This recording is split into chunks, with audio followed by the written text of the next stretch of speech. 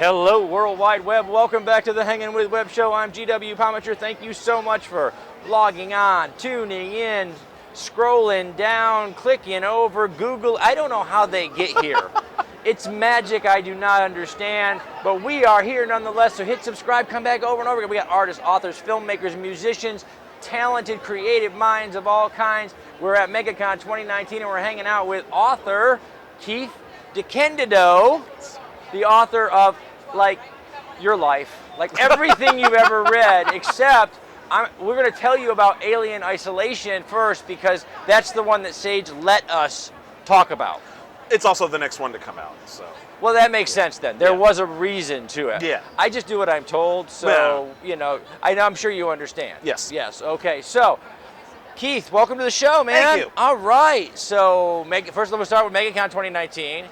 Well, it's only Friday, and I'm already impressed with how amazing the show is. You're under the Bard's Tower. The crowds are good. Yes. The tower. I'm here with Bard's Tower, which Bard's Tower hosts a bunch of different authors at their booth. They go from show to show with a bunch of people. It's me, Sherilyn Kenyon, Owl Going Back, Cody Martin, T. Allen Diaz, and Brian Lee Durfee. It's a good all day. Here, peddling our wares to the panting reading public. Yes. And are they panting? Are they awaiting? Are they coming yeah, because up? it's crowded and there's a lot of there's a big convention center, so well, they've I been try to walking tell them around a turn lot. the heat up over there so they sweat a lot more when they come back together, so that they get stuck to the book. They have to pay for it. Is that the kind of thing? More or less. Yeah. You break it, you bought it.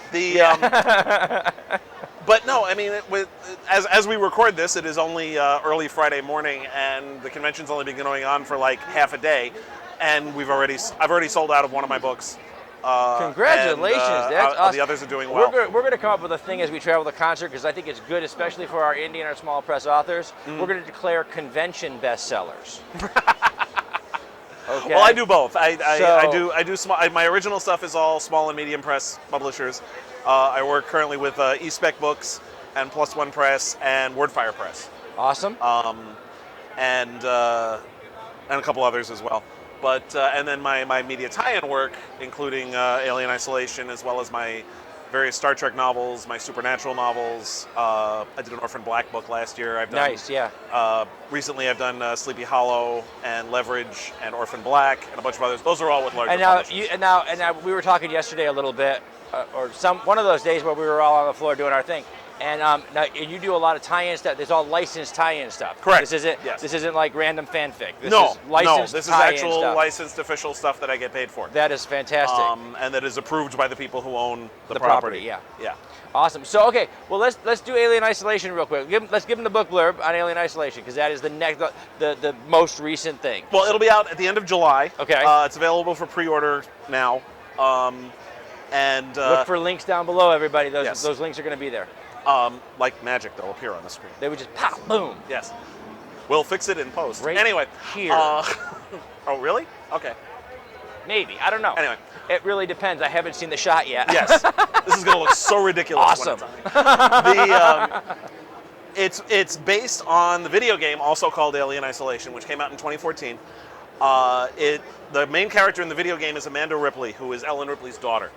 In the extended cut of Aliens, wow. And pretty much all the home video releases at this point have this scene in it.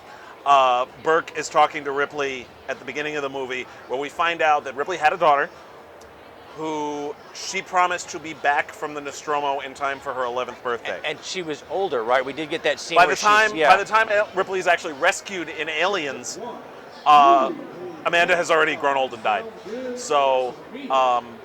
Yeah, they have the deleted scene that they now put on the thing where she's talking and she tells about how she looked her up. Yeah. Yeah, and Burke, Paul Reiser's character, provides her with a dossier showing that she had married somebody named McLaren and grown old. So the video game is Amanda Ripley as a 25-year-old trying to find out what the hell happened to her mom. And the Nostromo's flight recorder is recovered.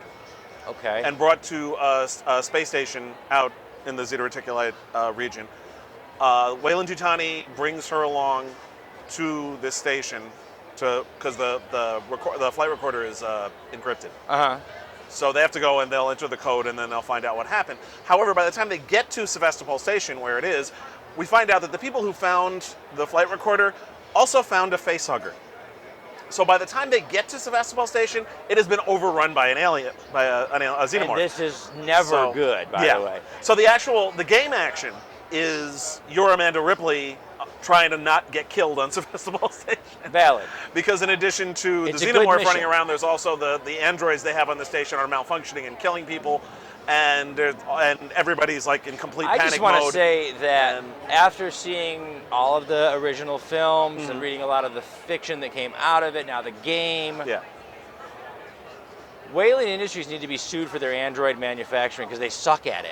These particular aliens aren't Weyland-Yutani Oh, androids. good, because They're Wayland, from a different Wayland company makes androids them. need to be on permanent Yeah. recall. They Yeah. suck at Yeah. making androids. Oh, Bishop was okay. But the novel that I wrote is about 2/3 a novelization of the game action. Oh, wow. The other third is Ripley family backstory. It's Oh.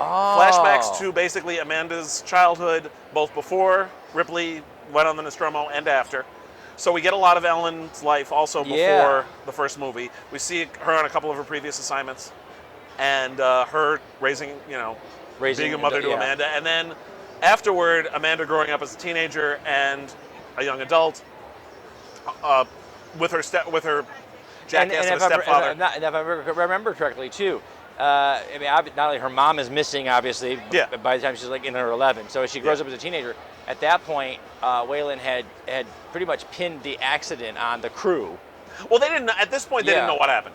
All they know is that it's missing. It's missing, There's nobody has any Yeah, details because at this that point. would suck. You're growing up and your mom's like, she's the one that blew up that ship out No, there. that is not the case. It's Okay. not. Because that right would now, really, it's just that's the great unknown. That's Nobody, a really shitty teenage Nobody years. knows. Yeah. Well, they're pretty crappy anyway for her, but for other reasons. But so it follows her life leading up to that. Awesome, man. And the difficulties she had. Now you've done licensed fiction for Orphan Black. I mean, what are the About franchises 35 that you're different writing? licensed universes I've worked That's in. The one I've fantastic. written the most in is Star Trek. I did quite a bit of Star Trek in the early part of the 2000s, and I did a coffee table book for Orphan Black a couple years ago called Classified Clone Report. It came out right when the show ended. Oh, yeah. And it was a compilation of material that Delphine Cormier had put together about Clone Club.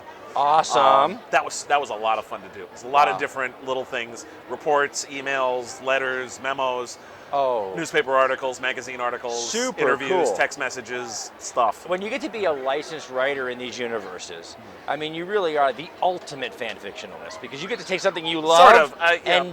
and have license to stay in our world. Yeah, Now go. yeah. And it's that's fun. is that a cool thing? Oh, that- I love mean, it. is yeah. It's fun getting to write characters that, I mean, it's not always. There are some things Because a lot I've of worked in writers where I like to wasn't sit down and do like a short story real quick. Here's my fanfic, right? You get handed a license and say, "Go, have fun, play in our sandbox." Pretty much. Some of them have been, just basic one and done stories that take place between episodes or between movies or whatever. Some have been more intense. I've gotten to actually work with a couple of showrunners on things. I collaborated with Rockne O'Bannon on the Farscape comic that we did yeah, for Boom awesome. Studios back about 10 years ago. And When they let you play in their sandbox, do you get to expand the universe a little bit? it varies from license to license and project to project. There's a bunch of Star Trek books that I did that did continue the stories after the particular version of the franchise ended. There's been actually an extended, the Star Trek novel since about 2001 or so. All the 24th century ones have had a more or less coherent storyline moving forward with the next Well, generation. the companies Deep are Space more Nine and Voyager. controlled now than they used to be too. Yeah, that's part of it. Yeah. Part of it is that there's a lot of the people who are producing TV shows now grew up reading tie-in fiction, so they're more amenable to it. There's a lot. I mean, there's some companies where they don't care; they just rubber stamp it, or they micromanage the hell out of it. Others are more participatory. One actually that I did about 4 years ago, when they brought Heroes back for the Heroes Reborn Yes. miniseries on Yep. NBC, they also did 6 novellas Oh, that okay. tied into the series. Oh, I didn't know And I got those. to work Yeah. directly with the showrunner on that. That never happens. Usually, because the showrunner's usually too busy running the Running TV the show. show, yeah. Most of the time, you're dealing with somebody in the licensing department at best. What's your dream? What is your dream place to work? If somebody said, "Hey, you can write in this universe now," what would be your dream universe to step into? There's a few. Is there a place where your mind is kind of already gone? And I mean, built most some of the stories? ones I'd want that currently I'd want to are ones where there's no chance of there Yeah. being one, because it's stuff that's been off the air for a long time. Like, I'd love to do a Homicide Life on the Street novel, but that ship is That's pretty much good, sailed. yeah. There were actually 2 of them. Jerome Preisler, who's a mystery writer, wrote those.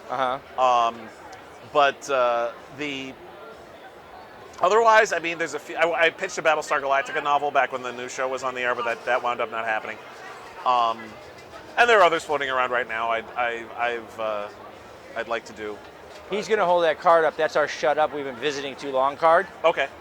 I like to ignore him, but when he starts wiggling it, I have to say Yeah. something. So, all right, we've been hanging out here with Keith DeCandido, the author of Alien Isolation and many other and sundry. He's got a lot of his own regular fiction. He's got a lot of tie-in fiction.